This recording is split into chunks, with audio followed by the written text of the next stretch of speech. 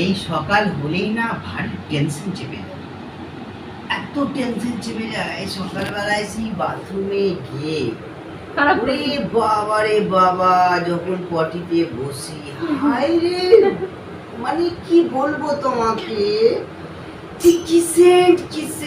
আমার বাথরুমে থাকতে গিয়ে মনে হচ্ছে দম মুখো বন্ধ হয়ে যাবে মনে হয়। এই যে মূলো যে কে বানিয়েছিল, সাংঘাতিক জিনিস। এই মূলো কেউ খায়, আর এই মূলোর পাতা সাংঘাতিক জিনিস। আমার বাথরুমে আমি যেতে এত লজ্জা পাই, সকালবেলায় ভয় পাই, লজ্জা পাই, সব কিছুই পেয়ে যায়।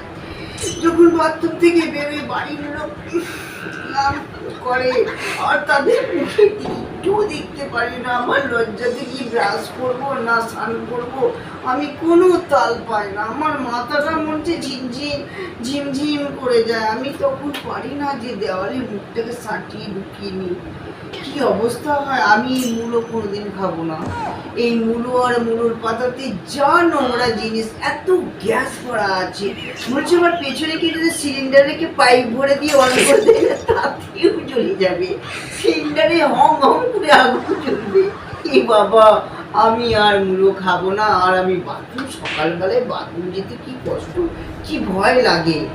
যখন আমি দরজা ফরজা লাগিয়ে বাথরুমে বসি পটি করতে, আমার তো জান ভেতর থেকে করে কেঁপে ওঠে। কেন যে এত সুন্দর সেন্ট ওঠে, কি বলবো।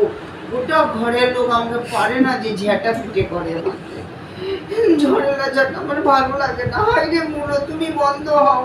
মূলো দরকার নাই, চললাম। আমি আর খাবো না মূলো, বাথরুমেও যাবো না।